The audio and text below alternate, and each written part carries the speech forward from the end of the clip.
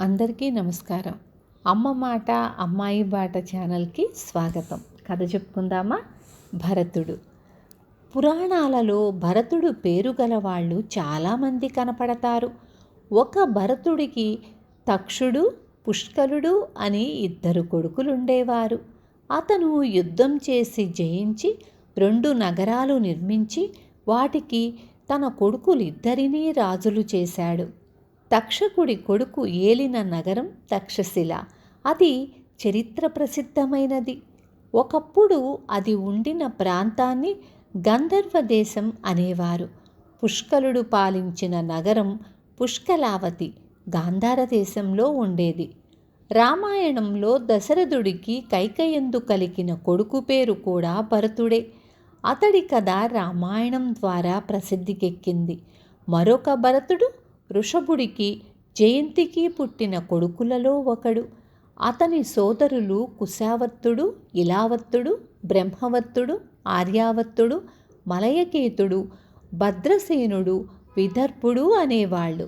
ఈ భరతుడి వల్లనే మన దేశానికి భారతదేశం అనే పేరు వచ్చిందని, ఇతని సోదరులు మన దేశంలో వేరువేరు ప్రాంతాలు పాలించారని, వారి పేర్లు ఆ ప్రాంతాలకు వచ్చాయని చెబుతారు.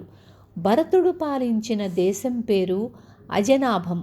ఈ భరతుడు గొప్ప భూతదయగలవాడు. ఇతను చాలా కాలం రాజ్యం చేసి రాజ్యాన్ని తన కొడుకులకు ఇచ్చి తపస్సు చేసుకోవడానికి వనానికి వెళ్ళాడు.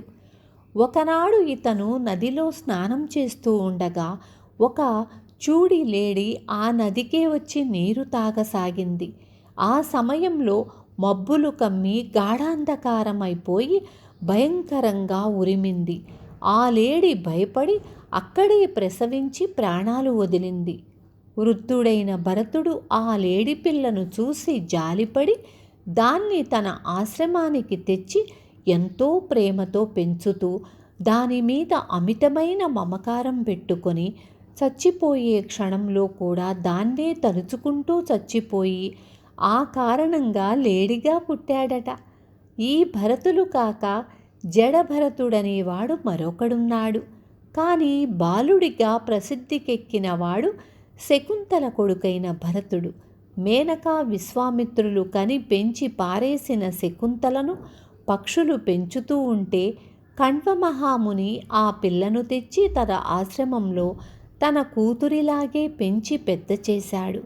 ఒకసారి దుష్యంతుడు అనే రాజు వేటాడుతూ కణ్వమహాముని ఆశ్రమానికి వెళ్ళి అక్కడ శకుంతలను చూసి మోహించి ఆమెను గాంధర్వ విధిని పెళ్ళాడి తన దారిన తాను వెళ్ళాడు. ఆశ్రమంలోనే శకుంతల భరతుణ్ణి కంది. ఆ కుర్రవాడు చిన్నతనం నుంచి కూడా అన్ని జంతువులను పట్టుకొని కట్టేసేవాడు. అందుచేత వాణ్ణి అందరూ సర్వదమనుడు అని పిలిచేవారు. వాడు ఆశ్రమంలోనే సమస్త శాస్త్రాలు నేర్చుకున్నాడు. వాడు పెద్దవాడయ్యాక కణ్వుడు శకుంతలను ఆమె కొడుకును దుష్యంతుడి వద్దకు పంపాడు. దుష్యంతుడు ఆ కుర్రవాణ్ణి తన కొడుకు కాదనేశాడు. అప్పుడు ఆకాశవాణి, వీడు నీ కొడుకే, వీణ్ణి నువ్వు భరించు అని ఆదేశించింది. ఆ కారణంగా ఆ కుర్రవాడికి భరతుడు అన్న పేరు వచ్చిందట. భరతుడికి 3 భార్యలు. వారికి పిల్లలు కలిగారు కానీ చచ్చిపోయారు. అందుచేత అతను భరద్వాజుణ్ణి పెంచుకున్నట్లు భాగవతం చెబుతుంది. ఇవి మనకు తెలియని కొన్ని విశేషాలు భరతుడి గురించి. రేపు మళ్ళీ ఇంకొక మంచి కథతో మీ ముందుకొస్తాను.